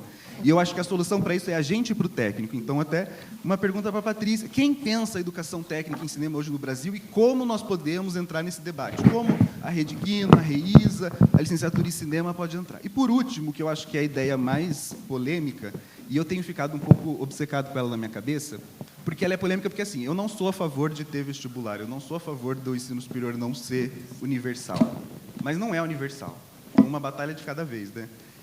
E a gente tem o vestibular. E eu fico pensando que se os filmes brasileiros forem igual os livros da literatura brasileira são para os vestibulares, se nos vestibulares nós tivermos filmes obrigatórios a cada prova, nós obrigamos todo o Brasil a ter que ter um streaming exibindo esses filmes para todo mundo, distribuir esses filmes para todo mundo, formar rede pública, rede privada, todo mundo discutindo cinema brasileiro.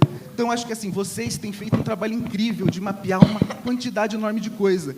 E eu fiquei pensando nesses 3 pontos como pontos estratégicos e táticos para a gente acelerar isso. Imagina agora, depois do Oscar, se de alguma forma se levanta essa discussão de vamos colocar filmes no cinema brasileiro. O povo está comovido para isso, né? Então, eu acho assim que esses 3 pontos, eles me trazem assim, cara, eu acho que eles podem ser interessantes. É claro que tem muito a conversar sobre eles, e eu gostaria de ouvir o que vocês pensam sobre eles, e é isso. Obrigado.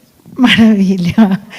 Bom, temos mais 2 perguntas antes de passar para a mesa, por favor. Pode ser aqui? Estava difícil parar o Rafael, porque todo era muito interessante, mas se vocês puderem ser um pouquinho mais enxutos. Boa tarde. Queria saudar a mesa, a Adriana, né, que a gente já conhece, da Cineop. Meu nome é Sérgio, eu sou professor de História, de Ensino Fundamental e de Ensino Médio. Sou professor em Contagem, da Rede Municipal de Contagem. Eu já aposentei, agora estou só na Fundação de Ensino de Contagem. E a gente o que eu queria colocar rapidamente, a gente tem uma experiência desde 2003 em cineclube. Então, uma vez por mês, a gente leva a meninada toda, leva as meninas, os meninos, um auditório improvisado, não é auditório, não é um refeitório que a gente fecha, exibe um filme e faz o debate com jovens e com os adolescentes. E o que eu gostaria, e eu acho assim, a Alice, né, colocou a questão ali da massificação, da chegar à cultura. Eu queria colocar o seguinte: em que ponto que está a regulamentação da Lei 13.006, que para nós que temos cineclube, para nós é urgente. E não é só regulamentar, tem que ter um lançamento nacional nas escolas, em todo o Brasil, porque senão vai ficar igual a lei. A lei, ela existe, quase ninguém conhece a lei, né? Algumas redes conhecem, algumas escolas conhecem. Lá na Fundação de Ensino de Contagem, a gente cumpre a lei, que passa até mais de 2 horas um itinerário formativo. A gente fez um itinerário de educação em cinema, mas eu gostaria, assim, de saber, primeiro, em que pé que está a regulamentação, e queria fazer um apelo. Eu agora estou aposentando, gente, a gente pode falar o que, né? A gente pode, né?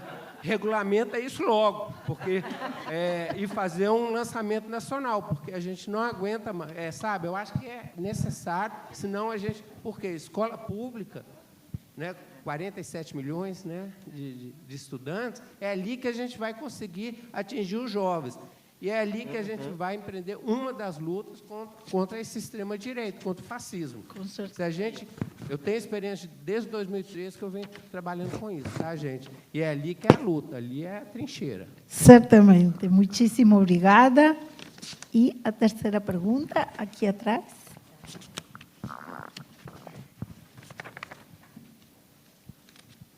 Boa tarde, meu nome é Carla Martins, eu sou produtora de audiovisual da Amazônia, mais precisamente do estado do Acre. Queria cumprimentar a mesa, especialmente a Tati, nossa companheira da APAN, e na pessoa da Alice, pelo dia de hoje, da importância da sua fala. Na verdade, é uma pergunta, mas é também uma colocação. Eu acho que esse fórum ele tem uma importância grandiosa, no sentido de pensar e conversar e trazer reflexões, mas eu acho que a gente precisa sempre dar um passo atrás para enxergar o tamanho do nosso país. Eu venho de um lugar que representa 60% do território brasileiro, 9 estados, ainda que não seja o bioma principal da maioria deles, que é a Amazônia. E, quando eu olho para esse fórum, eu não nos vejo, porque a nossa presença nesses lugares, ela é por representatividade de estar, de falar, de estar e de se olhar. Então, eu sinto essa ausência muito grande por parte dos espaços que estão pensando ou elaborando ideias que possam ser pertinentes e importantes para toda uma cadeia do audiovisual brasileiro, que, como bem disse a Tati, não pode ser enxergada só a partir de um processo de industrialização ou internacionalização, ou de uma briga dos lugares que se acham donos dos meios culturais e de produção do nosso país. Eu acho que isso são questões que elas são relevantes, e eu queria ouvir um pouco das pessoas que estão nessa mesa sobre essa questão, porque eu acho que todos aqui fazem parte desse fórum, e, às vezes, algumas discussões desse fórum se baseiam em questões semânticas e não em questões que deveriam ser pertinentes e importantes. Eu gostaria que a minha região se visse. Eu não gostaria que, nesse fórum, só tivesse 2 representantes da Amazônia, um do Tocantins e um do Amazonas, né? E que tivesse mais gente realmente pensando isso. Porque eu acho que esse é um passo para trás. É a gente olhar para o Brasil com a cara que o Brasil tem. Né? Às vezes, a expressão regionalizar, ela é muito dura, porque, de certa maneira, o termo regionalização, ele colocou num lugar menor, né? É por região, e não se pensar numa pluralidade da cultura brasileira, que tem todos esses espaços e todos esses aspectos. Então, eu queria ouvir um pouco sobre a gente que está aqui. O Brasil, esse ano, será sede de um momento importantíssimo para o mundo, que é a COP, é a 30ª COP, a Conferência das Partes. Talvez nem todo mundo tenha ciência disso, mas é um grande evento onde se discutem as questões climáticas, que hoje são questões importantíssimas, porque a gente está vendo no planeta, no mundo. O Brasil é o lugar mais importante disso. A floresta amazônica é o bioma essencial para um esclarecimento e uma possibilidade de manutenção da humanidade sobre o planeta. Isso é real. Nós estamos em uma rota destrutiva. Então, tudo isso faz parte de um pensamento de cultura. E acho que, muitas vezes, nós estamos focando o pensamento da cultura nas questões somente estéticas. Então, elas precisam ser encaradas e entendidas como questões de presença. É tão urgente como a Alice dizer que a gente continua no ranking de ser o país que mais mata travestis, e não só travestis, Alice, mulheres. Nós seguimos sendo o país desses piores índices. Esse país enorme enfim, fala sobre cultura com esse valor e com essa força, ser presidente de ranking dessa natureza, e cada dia isso é mais normalizado na nossa sociedade. Então, nós vamos ter uma conferência das partes. Nesse momento, há 15 dias, os indígenas estão ocupando uma Secretaria de Cultura em Belém, brigando, uma Secretaria de Educação, brigando, porque o governo do Pará insiste que a educação indígena será agora por EAD, e eles insistem para que haja presença dos professores no estado onde vai ter a COP, no espaço, numa cidade que está sendo gentrificada, e nós precisamos falar sobre isso também, porque o que não é natural é cultural. E isso faz parte do nosso pensamento, de quem está aqui, de quem está falando sobre cultura, esse pensamento sobre o audiovisual, que mexe, que ativa as pessoas, que coloca as pessoas numa centralidade e faz todos nós nos emocionarmos ou pensarmos essas questões. Então, acho que isso são coisas que eu queria escutar um pouco de vocês, porque são mulheres, e acho que as mulheres tem um papel importante nessa sociedade, no tempo que a gente está vivendo. Não tem mais volta para o espaço que a gente ocupou, e eu queria escutar um pouco sobre isso. Obrigada. Uau, maravilhoso. Maravilhoso. Querem que façamos assim? Pode ser? Pode ser. Começa a Patrícia e vamos nessa direção, concorda? Muito obrigada, gente. Lindo.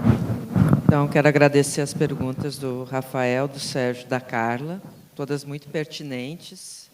Tentar fazer um geral aqui para responder geral. Primeiro, acho que a licenciatura da UF é um marco muito importante para quem trabalha com cinema e educação. Quem não teve acesso ao livro de 10 anos tem, é muito bom, inclusive. E representa um pouco e muito, né, esse debate sobre esse papel, porque aí entrando, né, já seria um outro fórum, acho que a gente já pode até pensar, né? Tem um outro fórum mais específico, né? Porque existe um grande debate, gente, que é dentro da educação, que é qual é esse papel, né? Como é que a gente vai ver a formação em cinema e audiovisual na educação? Isso é uma disciplina? É transversal? Não pode ser uma disciplina? Tem um grande debate, e esse debate vai reverberar na construção de licenciaturas e na empregabilidade, inclusive, dos licenciados. Então, acho que é importante, sim, fazer esse debate, mas, sem dúvida, eu tive a oportunidade de conhecer, por conta do Inventário com a Diferença, o César, a Índia, todo mundo, a equipe, assim, foi uma experiência fantástica, entender o potencial, né, porque, no final, a UFSC organizou a Mostra de Cinema de Direitos Humanos até esse ano, né, ano passado organizou também. Sobre a questão do técnico, aí eu vou ocupar um pouquinho de tempo aqui só para fazer uma divisão. Que bom, Rafael, que você está na formação técnica. Acho que formação técnica de base no cinema audiovisual falta muito no nosso país. A formação técnica, ela tem uma divisão, uma organização. Isso é a qualificação que você traz, né, que é a qualificação profissional, né? Existem os cursos técnicos e os superiores de tecnologia. Os cursos técnicos são regulamentados. Existe, por exemplo, os cursos superiores, existem as diretrizes, né, do CNE, e o CNE publica o Catálogo Nacional dos Cursos Técnicos.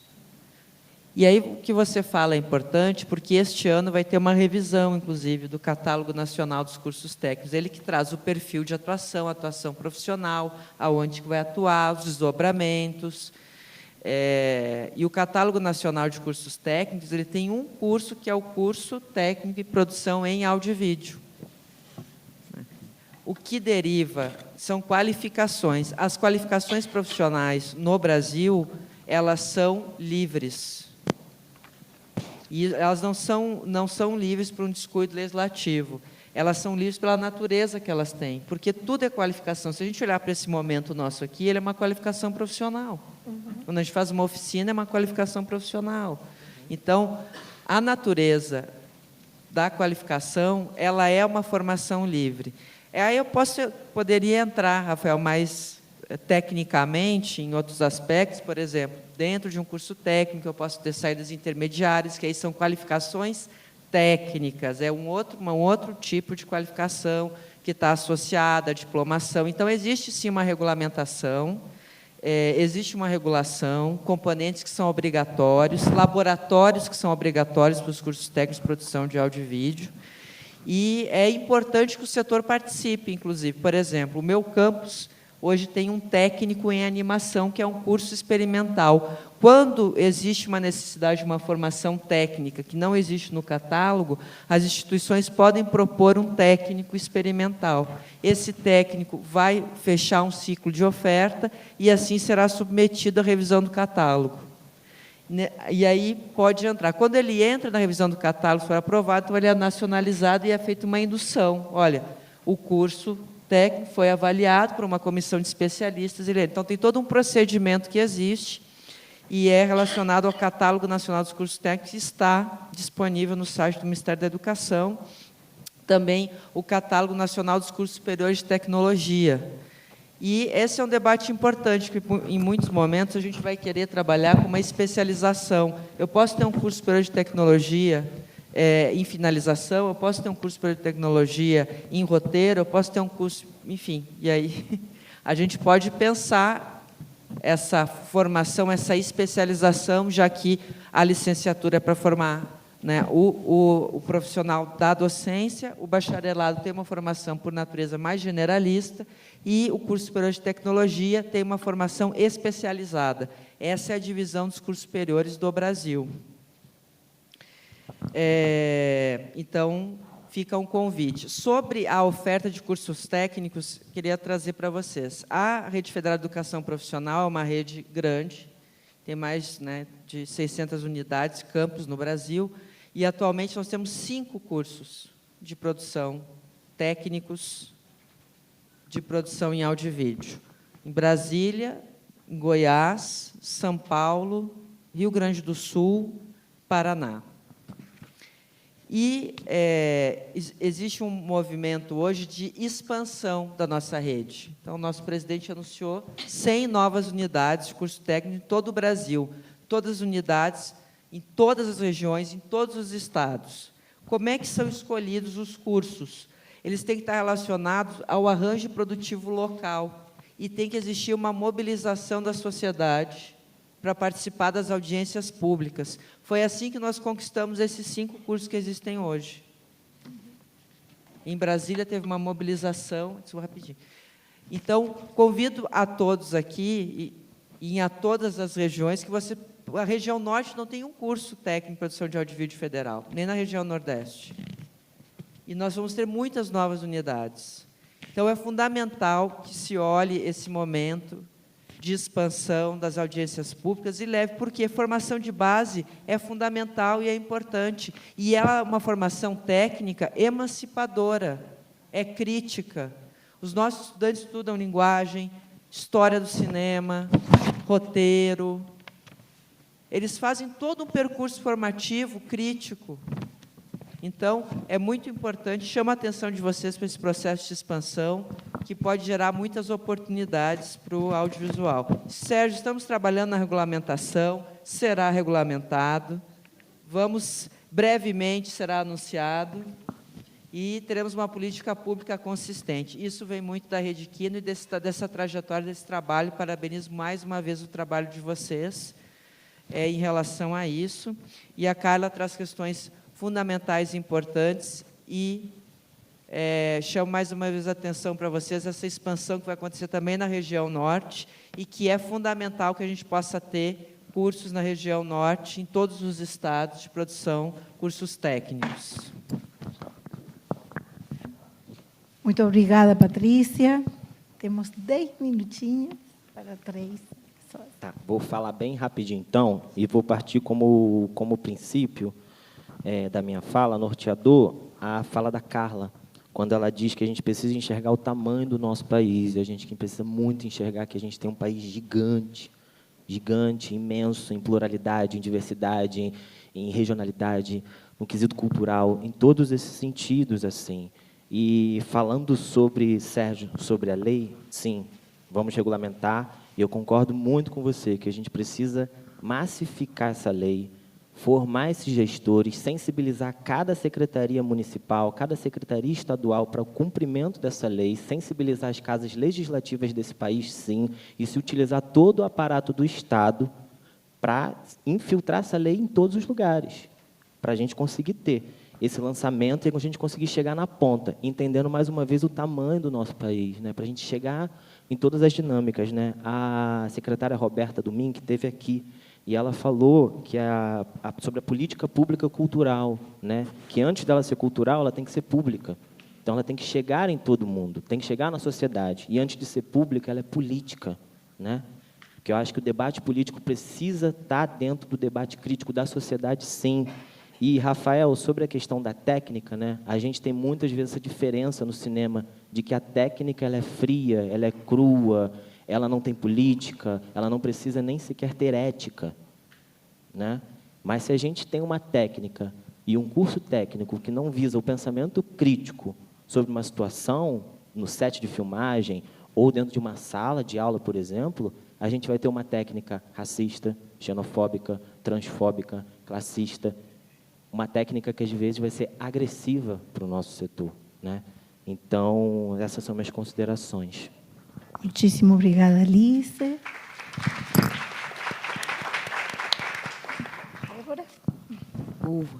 Os últimos minutos finais. Também vou tentar comentar de forma geral. Fico super feliz, já sabia, enfim, mas celebro que a licenciatura da UF e trago um dado que eu acho relevante também. A UF, o curso de cinema da UF foi o primeiro curso de cinema audiovisual a incorporar uma disciplina dedicada à preservação em 2000, que eu acho que foi fundamental para a transformação do setor. Eu sou fruto dessa disciplina e toda uma nova geração de profissionais de preservação foi formada a partir disso. Ainda, né, e lembrando, né, que existe uma indicação do Conselho Superior de Educação de 2006 para que em todos os cursos de cinema audiovisual incorpore uma disciplina dedicada à preservação.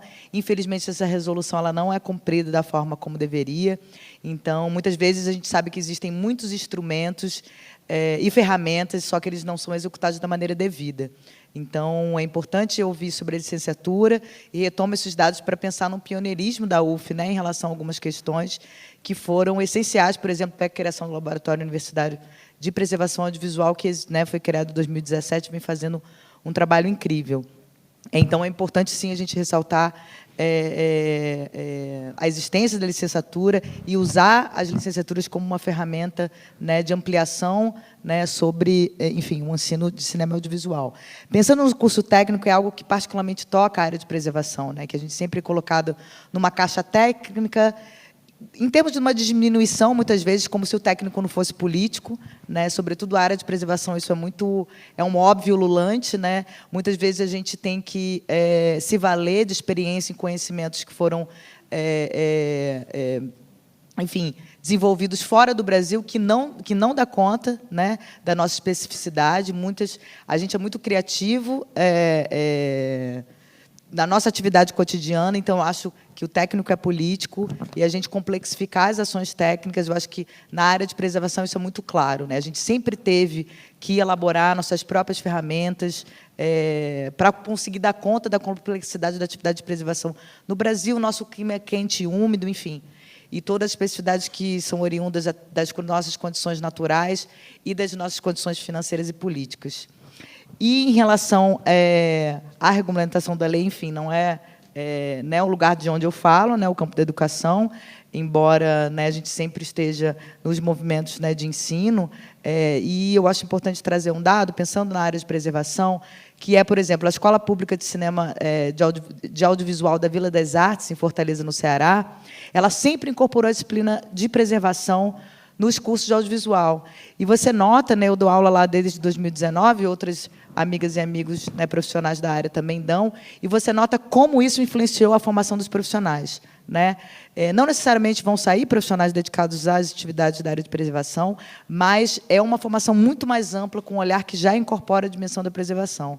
Então, como é importante, né, a gente olhar, né, para a inclusão da disciplina, enfim, para um saber técnico específico, para poder complexificar essa formação do profissional de preservação audiovisual.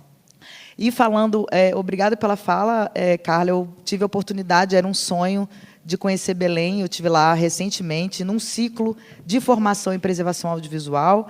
Eu e outros colegas fomos dar uma oficina, que eu espero, né, que tenha sido uma semente que se frutifique, e que eu acho muito importante você trazer essa questão. Ninguém melhor do que os agentes locais para identificar demandas específicas e o que é relevante e prioritário em determinado território.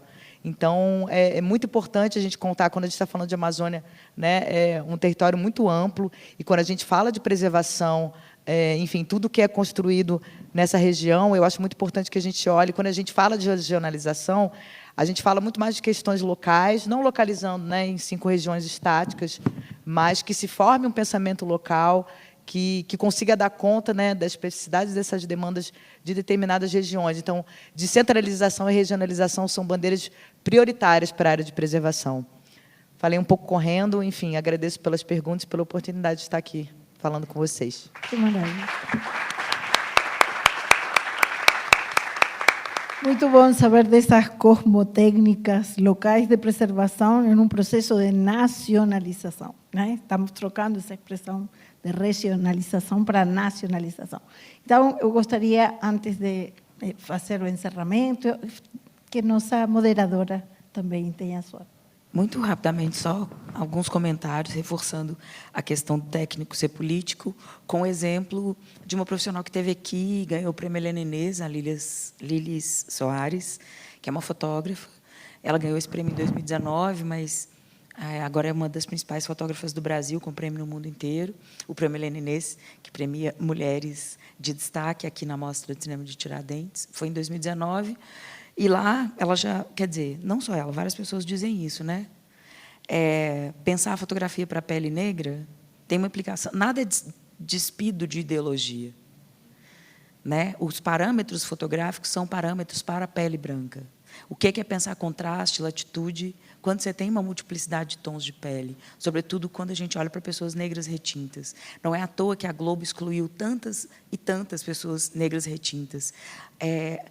Os fotógrafos e diretores da Globo falavam que era uma pele muito difícil de fotografar, não ficava bem no vídeo. Então, é um estudo muito profundo que você tem que fazer para desfazer o carrego colonial que vem disfarçado na técnica. né? Então, é muito importante que a formação técnica considere essa dinâmica de hierarquia que é da sociedade, né?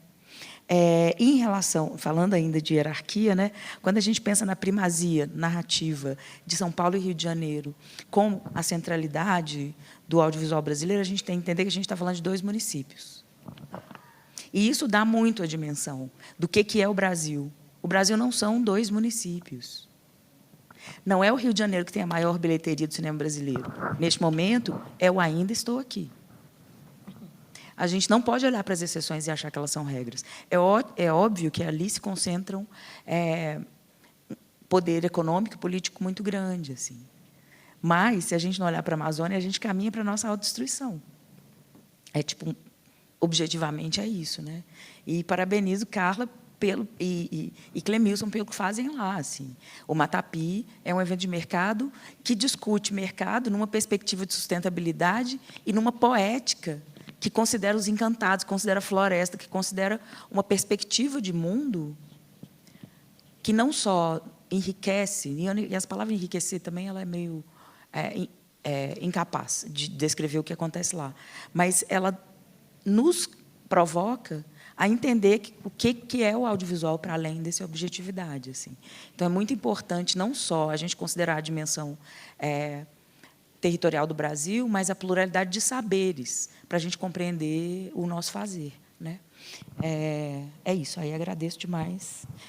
E tem uma discussão já de cultura e clima, que eu acho que a gente está atrasada nela, né? Tainá de Paula, agora secretária de Meio Ambiente do Rio de Janeiro, está tentando implantar isso, assim, uma linha específica para a discussão de cultura e clima, para complexificar essa discussão. E eu acho que a gente está atrasada nisso e a gente precisa avançar um pouco também nessas questões. Muito obrigada, Tati.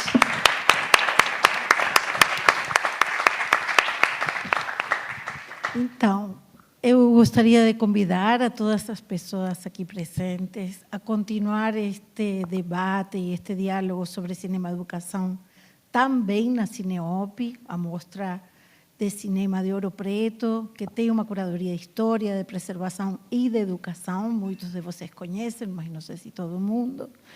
E contar que também aí nós, há muitos anos, estamos trabalhando e vamos continuar trabalhando para contribuir com a produção de políticas públicas.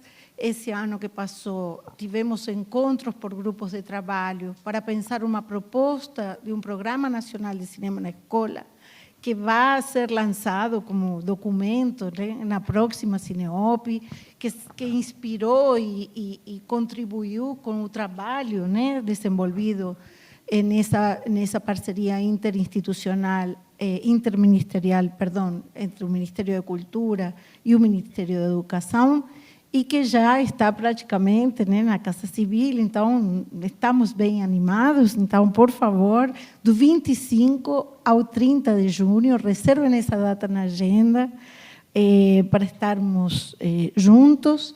E eu quero agradecer muito a Raquel, a Universo Produção, a toda a equipe, agradecer de forma especial a cada pessoa que está aqui presente, a cada pessoa da banca, a Dayana e a Andrea, que tão gentilmente têm acompanhado com a tradução de Libras, e dizer que não demorem muito em voltar, porque agora vem a leitura da Carta de Ouro Preto, a traição, a Carta de Tiradentes, que também é um resultado de um trabalho não nada simples e que também sintetiza, né, um esforço entre o poder público, a sociedade civil e a grande presença de realizadores, produtores, preservadores, enfim, que estamos aqui. Muitíssimo, muitíssimo obrigada, boa tarde e até já. 5 minutinhos e de novo aqui, por favor. Obrigada.